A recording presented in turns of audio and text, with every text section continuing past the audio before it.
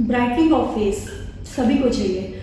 Brightening एक ऐसा लगता है कि आप फेयर भी हैं, आपके फेस पे कोई दाग धब्बे भी नहीं है, फिर भी आपको लगता है आपके फेस में जान नहीं है, आपको फेस उतना रिजुविनेट नहीं लग रहा है। जिसके लिए पहले लोग IPL लेजर कराते थे, लेकिन आजकल फेस ब्राइटनिंग के लिए, रिजुविनेशन के लिए मोस्ट कॉमन ट्रीटमेंट है फेस PRP, जिसको वेम्पायर फेशियल भी कहा जाता है।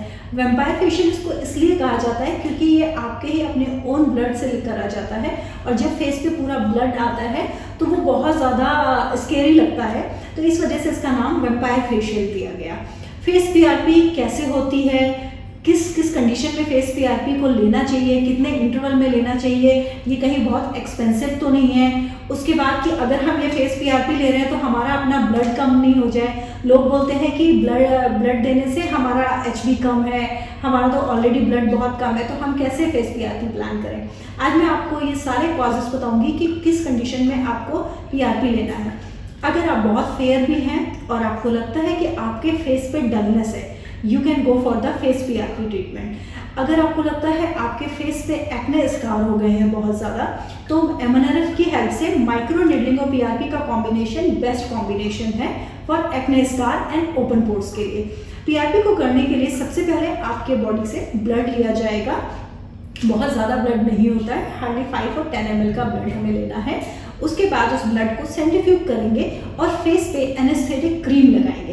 एनेस्थेटिक क्रीम इसलिए लगाते हैं, बहुत ज़्यादा इन्वेजिव ट्रीटमेंट नहीं है, बट स्टिल अगर हम माइक्रोडर्माब्रेजिन के उससे डर्मापेन की हेल्प से या फिर इंजेक्टेबल के उससे करते हैं तो थोड़ा सा पेन हो सकता है, निडलिंग इफेक्ट्स आते हैं, इसलिए हम एनेस्थीसिया लगवाते हैं। इसके बाद 40 मिनट्स आपका फेस पे एनेस्थीसिया रहेगा, एंड जो ब्लड आपका सेंट्रीफ्यूज हुआ है उसमें जो प्लाज्मा है it is very rich in platelet, मतलब एंटीऑक्सीडेंट है। तो जैसे ही एंटीऑक्सीडेंट्स होते हैं ये स्किन का इम्यून सिस्टम स्किन को और थिकनेस देते हैं। अगर स्किन बहुत पतली हो गई है, मैंने बहुत कॉमन सुना है कि लोगों ने शुरू में बहुत पील्स लिए थे जिस वजह से उनकी स्किन बहुत पतली हो गई है, वो लोग PRP स्टार्ट कर सकते हैं, बिकॉज PRP की हेल्प से स्किन थिकनेस भी आता है। बहुत ज़्यादा दाग धब्बे या मेलाज्मा आपको हो गया है तो भी PRP बहुत अच्छा काम करती है। एंड मोस्ट इम्पॉर्टेंट जहाँ पे PRP काम करती है वो काम करती है फाइन लाइंस एंड रिंकल्स पे। आइज के आसपास जितने भी फाइन लाइंस और रिंकल्स हो गए हैं, you can try your PRP। आजकल GFC PRP, नॉर्मल PRP, कई तरह के PRP भी आ गए हैं, तो वो आपके डॉक्टर डिसाइड करेंगे कि आपको कौन सी PRP लगेगी। अंडर आई के सेंसिटिव एरिया होने पर भी हम वहाँ पे PRP कर सकते हैं। इसका कोई भी ऐसा कॉन्ट्राइंडिकेशन नहीं है कि ये स्किन सेंसिटिव है तो हम यहाँ पे PRP नहीं कर सकते हैं।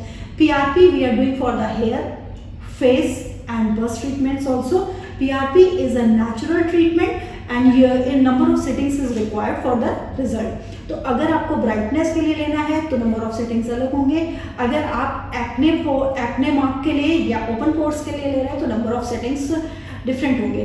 8 to 10 सेटिंग्स अच्छा रहता है, पर start with the 4 to 5 setting. PRP ऐसा ट्रीटमेंट है जो उसको कराने के बाद आपको बाकी किसी ट्रीटमेंट को कराने की बहुत ज़्यादा ज़रूरत नहीं पड़ती है, बिकॉज इट इज़ ए की नोट फॉर द ट्रीटमेंट्स।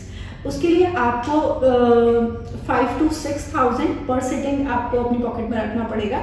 उसके बाद आप PRP ट्रीटमेंट ले सकते हैं। 3 to 4 वीक्स का गैप रहेगा एक PRP में। It is not a painful treatment, slight invasive. With the help of dermapen and microneedling, we can plan a PRP and PRP आपकी स्किन को बहुत ज़्यादा इम्यून देता है, एक तरह की मजबूती देता है कि आप कहीं भी जा रहे हैं, किसी भी एक्सपोजर में जा रहे हैं तो उस फेस पे इतना ज़्यादा इम्पैक्ट नहीं आएगा।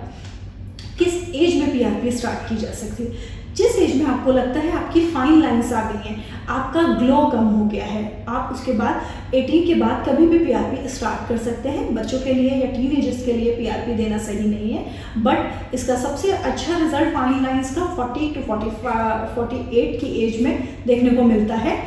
ज़्यादा एज वालों को अगर स्किन बहुत लूज हो गई है तो slight lifting also we can get it done with the RF। अगर हम RF के साथ PRP को प्लान करते हैं तो we can give the lifting also.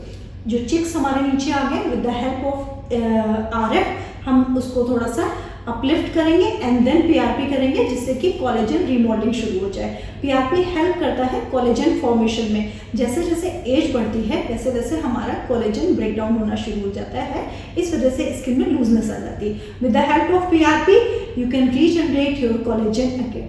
अगर आपको ये वीडियो बहुत अच्छा लगा है तो please subscribe my channel and bell icon को प्रेस कीजिए। कोई भी क्वेरी प्रियाति से रिलेटेड है कमेंट सेक्शन में मेंशन कीजिए।